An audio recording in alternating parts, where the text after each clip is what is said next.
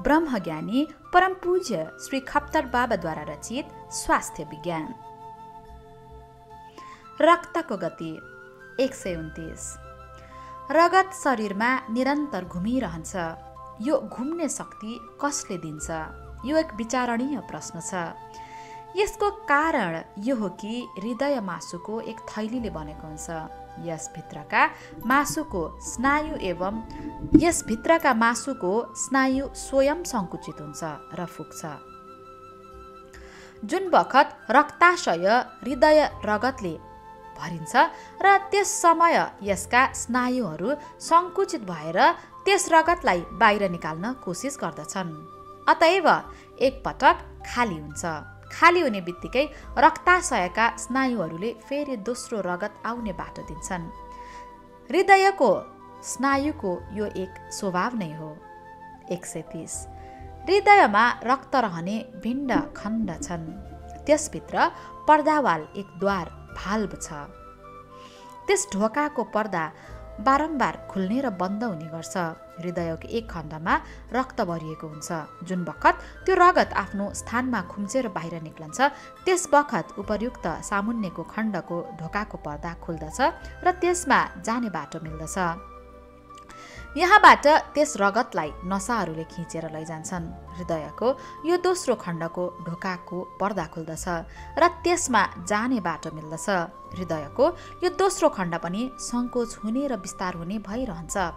यसबाट रक्त नसाहरूमा स्वयं नै गइरहन्छ। यसका अतिरिक्त रगतलाई गति दिने अरू पनि ससाना कारणहरू छन्। नसाहरू स्थितिस्थापक हुनाले पनि र गतलाई गति मिल्दछ। शरीरका स्नायुहरूको निरन्तर गतिले उसको नजिकका नसाहरूमा दबाव पर्दछ। यसबाट पनि रगतलाई अघि जानको निमित्त धक्का मिल्दछ। श्वास प्रश्वासको क्रियाद्वारा पनि रक्तलाई गति या उत्तेजना मिल्दछ। यी सबै क्रियाहरूमा गतिहरू नै शरीरको चैतन्य वा जीवन हो। नाडी बायाँतर्फको रक्ताशयमा रगत ठुलो नसामा जान्छ।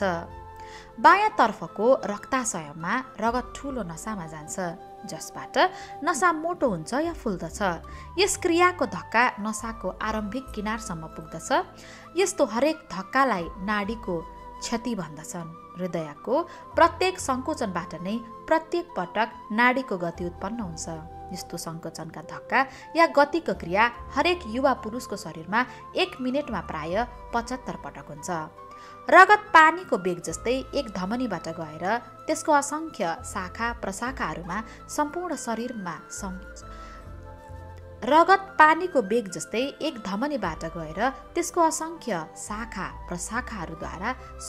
शरीरमा सञ्चार हुन्छ। रक्तलाई घुम्ने गति हृदयबाट मिल्दछ र धमनीमा पनि रगतलाई धकेल्ने शक्ति हुन्छ। धमनीको पत्र 3 स्तरको हुन्छ। बाहिरी पत्र खुब मजबुत हुन्छ। दोस्रो भित्रको पत्र कफको झिल्ली जस्तो पातलो हुन्छ। यसबाट रगतलाई निरन्तर घुम्नमा रोकावटको धक्का लाग्दैन। तेस्रो पत्र स्थितिस्थापक हुन्छ र यसबाट धमनीमा सङ्कुचित हुने शक्ति आउँछ। यदि यो धमनीमा स्थिति संस्थापकत्व नभइदिएको भए हृदय सङ्कुचित भएर रक्तलाई धकेल्दा त्यस धक्काले यो फाट्दथ्यो। धमनी या यसका शाखाहरूले 3 काम गर्ने गर्दछन्। एक त यिनीहरूले सम्पूर्ण शरीरमा घुमाउँछन्। दोस्रो रक्त प्रवाहलाई एक गतिमा लान्छन्। तेस्रो हृदयको रगतलाई भिन्न भिन्न अवयवमा लगेर सबै ठाउँमा बहने गति दिन्छन्। यसरी सम्पूर्ण शरीरको पोषण हुन्छ। श्वास प्रश्वासको यन्त्र हरदम श्वास लिनु छोड्नु शरीरको अत्यावश्यक क्रिया हो। रक्त शरीरको जीवन हो। तर यो रक्तलाई जीवनको मुख्य आधार बनाउने श्वास प्रश्वासको क्रिया हो। रगत निरन्तर शरीरमा घुमिरहन्छ र फोक्सोमा गएर शुद्ध हुन्छ। त्यहाँ प्राण दिने वायु अक्सिजनलाई भित्र लैजान र प्राण हरने शक्ति भएको वायु कार्बन डाइअक्साइडलाई फोक्सोबाट बाहिर निकाल्ने श्वास प्रश्वास क्रिया नै हो। हामीले श्वास लिँदा बाहिरको वायु भित्र जान्छ। जब हामी श्वास बाहिर छोड्छौँ तब भित्रको वायु बाहिर निस्कन्छ। यो कुरा हामी थाहा पाउँछौँ र त्यो वायु भित्र कहाँ जान्छ र गएर त्यहाँ के गर्छ यो कुरा धेरै मानिसहरू जान्दछन्।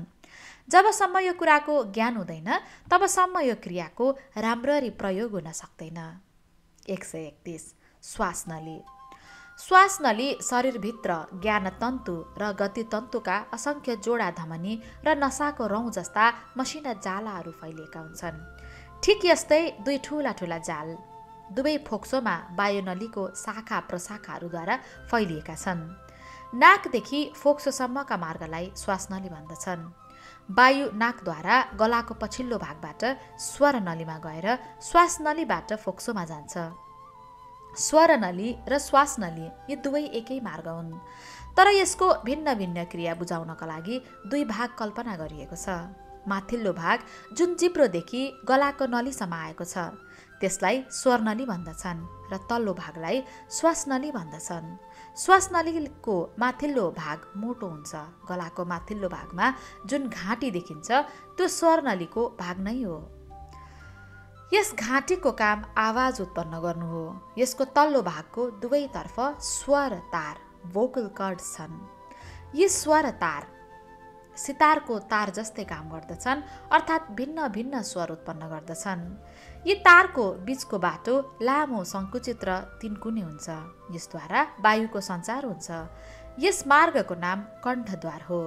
उक्त स्वर तार स्नायुहरूको सम्बन्धले हल्लन्छन् र यी हल्लनाले नै मार्ग सङ्कुचित र बन्द हुन सक्दछ।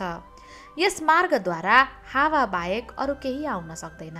यदि भुलले केही चिज यसमा गयो भने बन्द हुन्छ। पानी पिउँदा या खाने बखत हाँसो आउनाले गलामा गएको पदार्थ आफ्नो बाटो छाडेर स्वरनलीतिर जान्छ। त्यस बखत कण्ठद्वार बन्द हुन्छ र खोकी आएर पदार्थ बाहिर निस्कन्छ या नाकको भित्री भागमा जान्छ। यस स्वरनलीको तल्लो भागलाई स्वरनली भनिन्छ। 132 श्वास प्रश्वासको क्रिया। श्वासनली छातीबाट तल उत्रेर दुई भागमा विभक्त भएको छ। त्यसको एक भाग दाहिने फोक्सोमा र एक भाग बायाँ फोक्सोमा गएको छ। यी भागहरू दुवै फोक्सोमा पुग्दै प्रत्येक विभागको अनेक विभाग भएर यसबाट धेरै मसिना नलीहरू चारैतर्फ फैलिएका छन् र यिनीहरूको अन्तका सिराहरूमा पानीले भरिएका मसिना पिट्काहरू जस्ता देखिन्छन्। यी दानाहरूमा र गतको केशवाहिनीको जाल फैलिएको छ जसमा रक्ताशयबाट आएको विकृत रक्त फैलिन्छ र स्वच्छ हुन्छ। हामी श्वासद्वारा जुन शुद्ध वायु लिन्छौँ त्यो फोक्सोको ती दानासम्म पुग्दछ।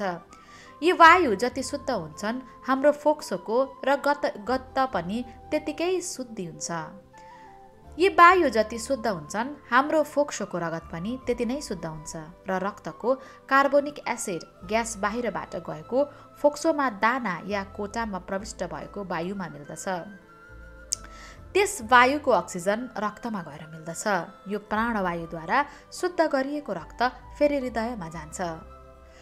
श्वास प्रश्वास क्रियाबाट रक्तमा परिवर्तन। 1. फोक्सोमा आउने रगतसँग बाहिरको वायु प्राणवायुको संयोग भएपछि अशुद्ध कालो रगत शुद्ध र रातो रङको हुन्छ र त्यसबाट शरीरको पुष्टि हुन्छ। श्वास प्रश्वासले रगतको ताप 1 डिग्री बढ्दछ। 3. श्वास प्रश्वासले फिब्रियन नामक एक ताप बढ्दछ जुन शरीरका लागि लाभदायक छ। श्वास प्रश्वासबाट रगतमा शुद्ध प्राण वायुको प्रवेश हुन्छ र भित्रको अशुद्ध कार्बोनिक एसिड ग्यास तथा नाइट्रोजन कम हुन्छ। 133 यसका अतिरिक्त हाँस्ने रुने वमन दिशा पिसाब खोकीको समयमा पनि श्वास प्रश्वासको क्रियाले पूर्ण मद्दत गर्दछ। शरीरमा उत्पन्न हुने एक विषालु पदार्थ शरीरमा निरन्तर बढिरहन्छ र यसको वृद्धिले शरीरलाई अपकार हुन्छ, अतः त्यसलाई बाहिर निकाल्नु आवश्यक हुन्छ। यो विषालु पदार्थ कार्बोनिक एसिड हो। यो विषालु पदार्थ रगतसँग मिलेर फोक्सोमा आएको हुन्छ र श्वास नलीको वायुसँग मिलेर बाहिर निस्कन्छ। श्वास प्रश्वास चलाउनु र बन्द गर्नु मस्तिष्कको सुषुम्ना कन्द मेडुल्ला अब्लङ्गटाको एक केन्द्रको अधीन छ। त्यसको प्रेरणाद्वारा श्वास प्रश्वासको क्रिया निरन्तर भइरहन्छ। श्वास प्रश्वासमा वायुको परिणाम। शारीरिक शास्त्रका विशेषज्ञको अनुमान छ कि मध्य अवस्थाको स्वास्थ्य पुरुष हर समयमा प्रायः 3 देखि 35 घन इन्च वायु भित्र खिच्दछ र छोड्दछ। यस हिसाबले 1 मिनेटमा प्रायः 20 घन श्वास प्रश्वास चल्दछ। दिनरात गरी 24 घण्टामा हरेक मनुष्यलाई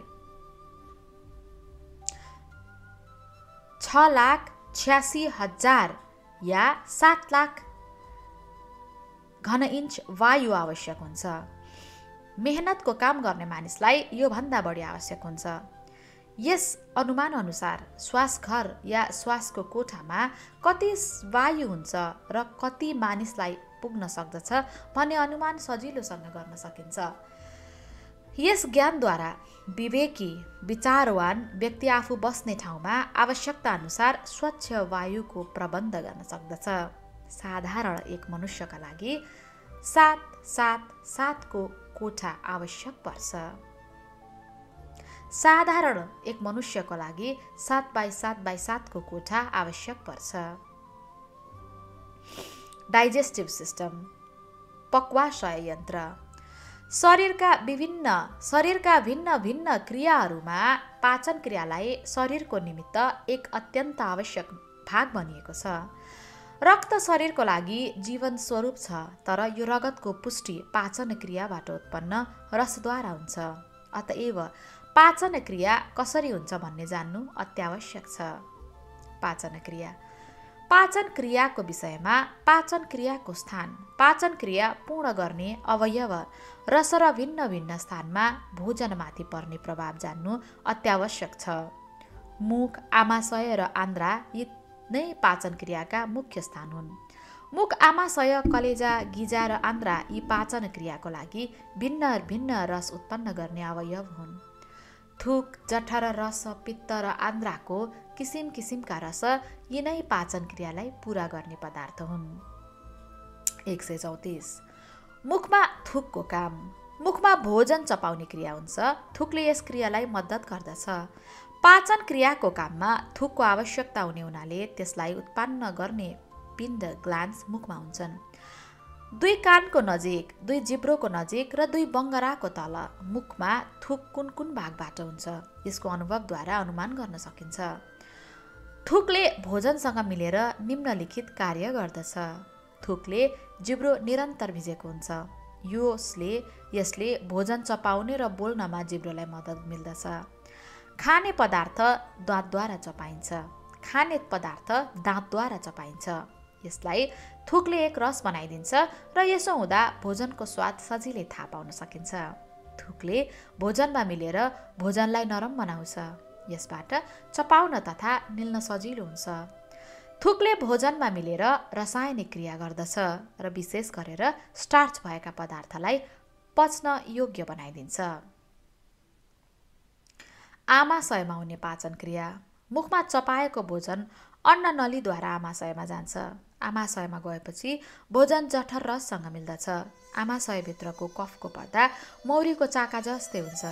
त्यसमा असङ्ख्य छिद्रहरू जस्ता हुन्छन्। यी छिद्र आमाशयभित्रका नलीहरूको मुखहरू हुन्। यसैबाट जठर रस निक्लन्छ। यो जठर रसले भोजनलाई गलाएर एक रस बनाउँछ।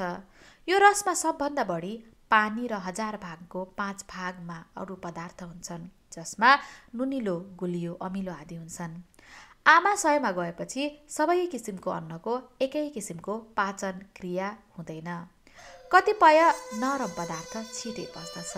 राम्ररी चपाएर खाएको पदार्थको अपेक्षा धेरै चपाएको या नचपाएको धेरै बेरमा कठिनताका साथ पच्दछ। कतिपय तरल पदार्थ आमाशयमा जाँदा नै रक्तनलीद्वारा शोषण हुन्छ र आमाशयबाट नै रक्तसाथ मिलेर शरीरमा पुग्दछन्। आमाशयको मुख्य काम भोजनलाई एक रस बनाउनु हो। भोजन एक रस भएर जति जति पस्दै जान्छ त्यति त्यति आमाशयको बीचको द्वारबाट यसैसँग जोडिएको सानो आन्द्रामा जान्छ। त्यस बखत आमाशय केही शिथिल हुन्छ र नपचेको भाग आन्द्रामा खस्दछ। 135। सानो आन्द्रामा हुने पाचन क्रिया। आन्द्रामा पनि कति रस उत्पन्न हुन्छन्। त्यसपछि कलेजोबाट उत्पन्न भएर पित्ताशयमा एकत्रित भएको पित्त तथा क्लोम रस आन्द्रामा झर्दछ र यसले आन्द्रामा गएको भोजनलाई पचाउने चेष्टा गर्दछ। कलेजोको पित्त सिराहरू अर्थात् कालो रङको रगत बाहेक नसाबाट उत्पन्न हुन्छन्। आन्द्रा र आमाशयमा एकत्रित हुने रक्तको एक ठुलो नसा सोझै हृदयमा र आमाशयमा नगएर कलेजोमा जान्छ। त्यहाँ यो रगतबाट पित्त अलग्ग हुन्छ र शेष रक्त हृदयमा जान्छ। पित्ताशयको पित्त आन्द्रामा तबसम्म रहन्छ जबसम्म त्यहाँ पाचन क्रिया भइरहन्छ। पाचन क्रिया बन्द भएपछि पित्ताशयबाट आन्द्रामा जाने क्षेत्र बन्द हुन्छ। पित्त भोजनलाई पचाउने मुख्य पदार्थ हो जुन पाचन क्रिया आमाशयमा अपूर्ण भएको हुन्छ त्यो सानो आन्द्रामा गएर पुरा हुन्छ। तेल, घिउ आदि स्निग्ध पदार्थ आन्द्रामा गल्दछ र पछिको रस शोषित भएर रगतमा जान लाग्दछ। आन्द्राको रस क्रियामा भोजनको रसको पाचन र शोषण भएर बाँकी रहेका पदार्थ तल झर्दछ। जति जति तल झर्दछ त्यति नै सारभूत रस शोषित भएर रगतमा मिल्दछ। निरुपयोगी र मलको भाग अघि धकेलिँदै गएर ठुलो आन्द्रामा प्रवेश गर्दछ। ठुलो आन्द्रामा हुने पाचन क्रिया। जब जुन बखत ठुलो आन्द्रामा भोजन जान्छ त्यस बखत त्यो मल जस्तो पातलो हुन्छ। ठुलो आन्द्रामा त्यस्तो जान्न योग्य केही विशेष पाचन क्रिया हुँदैन। तथापि त्यसमा जुन सारभूत तत्त्व हुन्छ त्यो शोषित हुन्छ र काम नलाग्ने मल अघि धकेलिन्छ। केही रस ठुलो आन्द्रामा पनि शोषित हुन्छ। यसरी मुखबाट खाइएको र घाँटीबाट तल झरेको भोजन विभिन्न रूप लिएर मलद्वारा बाहिर निक्लन्छ। बीचमा कति शारीरिक अवयवहरू आफ्नो पुष्टिको लागि त्यहाँ उपयोगी रस ग्रहण गर्दै जान्छन्। मलद्वारद्वारा जुन मल निस्कन्छ त्यो सारहीन हुन्छ। 136 पाचन क्रियाको सम्बन्धमा विशेष जान्न योग्य कुरा के हो भने पित्त आदि जुन रसहरू भोजनलाई पचाएर त्यसको सारभूत रसलाई रगतसँग मिलाउन मद्दत गर्दछन् ती रसहरू अधिकतम शुद्ध रगतबाट नै उत्पन्न हुन्छन्। दोस्रो शब्दमा भन्ने हो भने रगतका तत्त्वहरूबाट नै पाचन क्रिया हुन्छ। यो पाचन क्रियाले नै रगतका तत्त्वहरूलाई बढाउँदछ। 7 धातुहरूको रसक्रिया। जुन पदार्थबाट हाम्रो यो शरीर टिकिरहेको छ त्यसको नाम धातु हो। आयुर्वेदको मत अनुसार शरीरलाई धारणा गर्ने र पोषण गर्ने 7 धातु छन्। तल यिनीहरूको नाम र काम बताइन्छ। रस धातु शरीरलाई तृप्ति दिन्छ। मांस धातु शरीरको भिन्न भिन्न अङ्गलाई जोड्दछ। रगत धातु शरीरलाई जीवन दिन्छ। मेद धातु शरीरमा चिल्लोपन उत्पन्न गर्दछ। अस्थि धातु शरीरलाई टिकाउँछ अर्थात् खडा राख्दछ। मज्जा धातु हाडका नलीहरूलाई झार्दछ। वीर्य शरीरको सत्व हो। यसद्वारा सन्तानको उत्पत्ति हुन्छ। जुन क्रियाले गर्भको वृद्धि र पोषण हुन्छ त्यही क्रमले शरीरभित्रको 7 धातुको पनि उत्तरोत्तर वृद्धि हुने गर्दछ।